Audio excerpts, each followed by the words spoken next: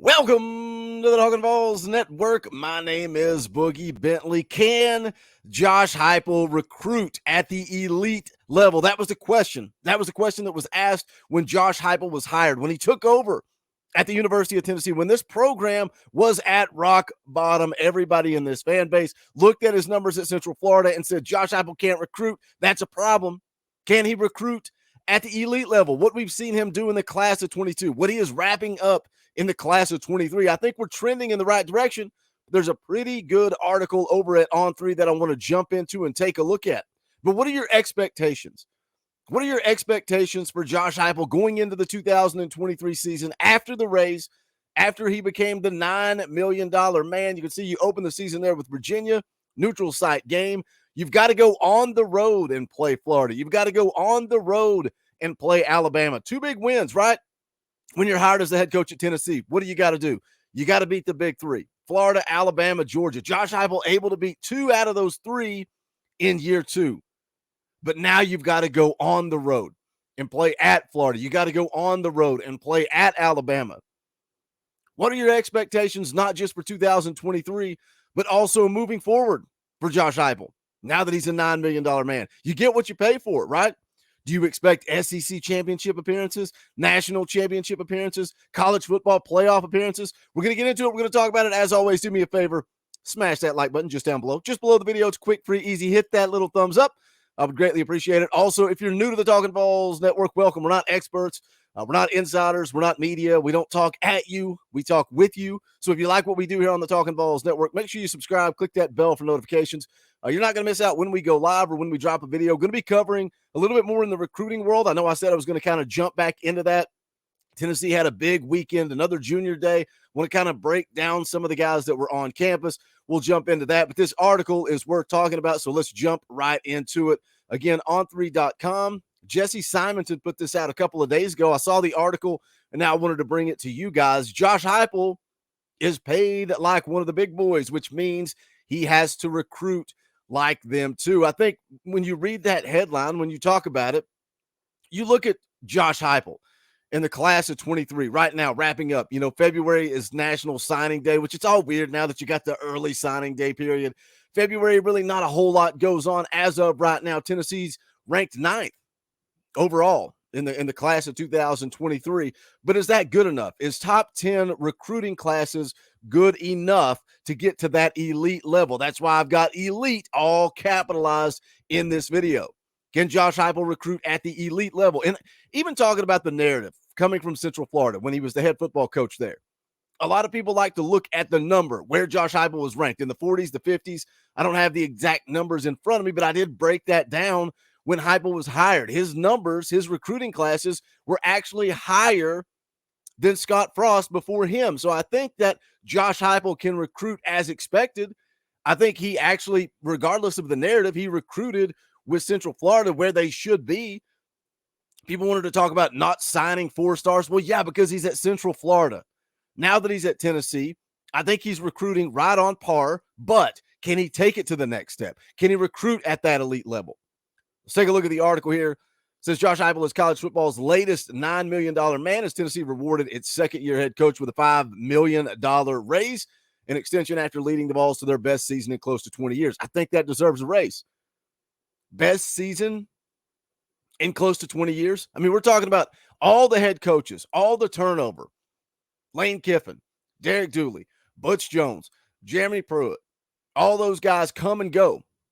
And Josh Heupel does more in year 2 than all of those guys combined. I know Butch Jones was close at times.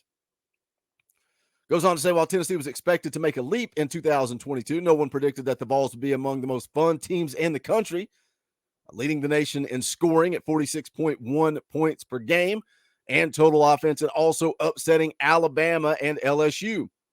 Tennessee capped its storybook season with a cathartic Orange Bowl victory over Clemson.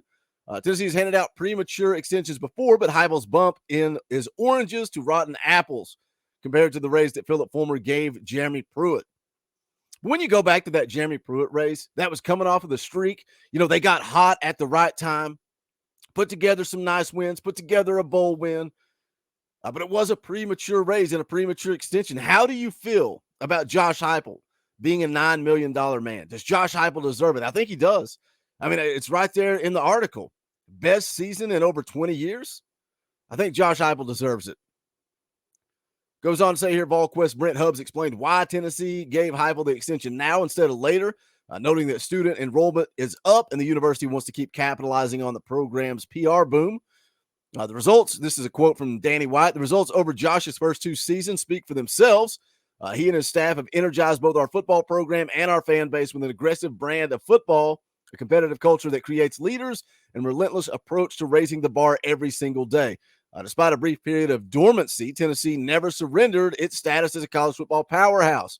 We just needed an innovative leader like Josh Heupel to reignite the spark. Goes on to say it's been fun to crash the party. But as Josh said, our Orange Bowl triumph, the best is yet to come. A lot to talk about there. Raising the bar every single day. And that's kind of the point of this video. Coming off the best season in 20 years. Becoming a $9 million man. One of the top paid coaches. So again, we go back to recruiting. Is a top 10 class good enough? Do you need top 5? Do you need top 3? Because when you look at the top 10, when you look at the rankings in recruiting, where does a top 10 class get you in the SEC? Where does that put you? Because you've got teams ahead of you like Alabama's, the Georgias. You may be top 10, but where are you? Where does that stack up in the SEC? Goes on to say Heupel now the 5th highest paid coach in the SEC, trailing only Alabama's Nick Saban, Georgia's Kirby Smart, Jimbo Fisher, and Brian Kelly. 2 years ago, he took over a program many thought was a smoking crater with looming NCAA sanctions. There was a little pressure on Josh Heupel to win instantly, but he did. And he did so with a lot of Jeremy Pruitt players. Goes on to say here, Pruitt was a terrible head coach, but the guy always had an eye for talent.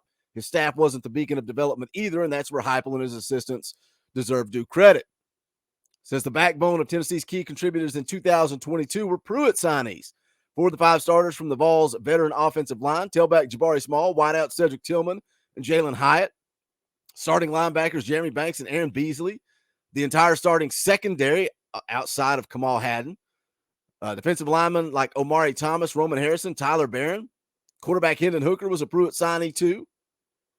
Many of those pieces are off to the NFL, and the Vols also lose top pass rusher Byron Young and other valuable depth pieces. So circle back to the list of SEC salaries. What do Saban, Smart, Fisher, and Kelly all have in common? They're elite recruiters. So again, I ask you, can Josh Heupel be an elite recruiter? He points out there that Heupel and the coaching staff, good developers of talent. And I think what's the key? I think there's got to be a balance, right? It's not just recruiting. It's not just player development. It's not just schemes. It's a balance. It's a combination. And that's the problem. Josh Heupel develops talent. He is a teacher. So is the rest of, this coaching staff. You go back and look at Jeremy Pruitt. Go back and look at Butch Jones. Butch Jones chased 5 stars. Butch Jones just went to 247 Sports, went to Rivals, picked out the guys he needed to get. It's almost like recruiting on an NCAA football game. Just go look at the top talent. Let's give them a scholarship. Let's get those guys on campus. We won't worry about developing them. Josh Heupel is doing more with less. And Jesse Simonton, some people may think he's taking shots here, pointing out all the talent that was Jeremy Pruitt's. Look how much talent from Jeremy Pruitt's roster that hit the transfer portal. And Josh Heupel was able to go in and add pieces on offense, on defense, across the board, and rebuild this roster. In year 2, Josh Heupel's done more with less. He overachieved in year 1. He overachieved in year 2.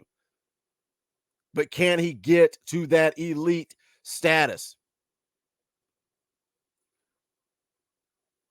Goes on to say, talking about Saban, Smart, Fisher, and Kelly, They recruit the most elite talent to their program. Some question Kelly's recruiting chops when he arrived at LSU, but just inked the nation's top 5 class and has rated the portal too. Says Heupel's done a nice job working the portal, but he isn't considered a recruiting ace. He's an offensive savant. His staff's player development is a strength. The program's culture and chemistry are at an all-time high, but if Tennessee wants to compete for championships on an annual basis, the Vols must start recruiting at an elite level, and Heupel isn't there yet. The plan can't be we're going to go out and out-develop Kirby Smart and Nick Saban. That's not a winnable strategy. Just ask Dan Mullen or Brian Harsin. The argument to that is Tennessee just out-developed Nick Saban, just out-schemed Nick Saban this past season, but can they do that on a regular basis? Goes on to talk about Nico Iamaleava. Says Tennessee just signed 4 top 100 prospects. Both Alabama and Georgia signed 12. Texas 9, Oklahoma 8. So when you read that, again, I'll talk about where Tennessee stacks up in the class of 23. You're talking about top 100 prospects. Tennessee signed 4 compared to Alabama and Georgia signing 12. So while you may sit in the top 10, while it may be nice to have 4 top 100 prospects, can you match up with Alabama and Georgia? When we look at that matchup, when we break down that Tennessee-Georgia game, and we talk about depth, and we talk about plugging and playing 5 stars, is it good enough? Josh Heupel's rebuilding Tennessee. What is it going to take? Is it going to take NIL? Is it going to take more winning? Says here, this is Tennessee's new reality. Josh Heupel made the Vols relevant again, but if UT really wants to be a powerhouse, then it has to start recruiting like one, which means stacking consecutive top 5 classes. And that's what I've talked about multiple times on this channel. You got to stack those recruiting classes. And I'm excited about what Josh Heupel is doing. We're going into year 3. You got to remember, at the beginning of this thing, we said when Josh Heupel was hired, it's going to take 5, 6, 7 years to rebuild this thing. But the transfer portal has kind of sped that up. Coming off the best season in 20 years, $9 million man, how do your expectations shift going into 2023? What do you expect? SEC appearances? National championship appearances? What do you expect from Josh Heupel? Can he recruit at an elite level? Is top 10 good enough, or you got to get to top 5, top 3? How do you compete? How do you close the talent gap with the Alabamas and the Georgias? And y'all were coming off of a win over Alabama, off of a win over Florida, big-time win over LSU. But how do you make the matchup more favorable? How good can Josh Heupel's offense be? Number 1 in the nation in scoring, number 1 in yards per game. How do you take it to the next step? What happens when you add elite talent like Nico Iamaleava? Hit the comment section. Let me know your thoughts. A lot to unpack there. Kind of a long article, but worth a read because I thought it was really good because the pressure's on for Josh Heupel. $9 million man. Hit the comment section. Let me know your thoughts. As always, make sure you guys smash that thumbs up on the way out the door and go check out the official merchandise of the Talkin' VAWLS Network. You can go to bonfire.com/store/Talkin' VAWLS. Any and all support, greatly appreciated. If you got the merch, tag me up on Twitter. I want to see it at Boogie Bentley. Give me a follow, tag me. Would love to see you guys repping the merchandise. As always, thank you to the members of the channel. You guys give me the opportunity to do this thing full time, and I appreciate that support. If you want to become a member, hit that join button down below for as little as 99 cents a month. If you got $1 to give, we would greatly appreciate it.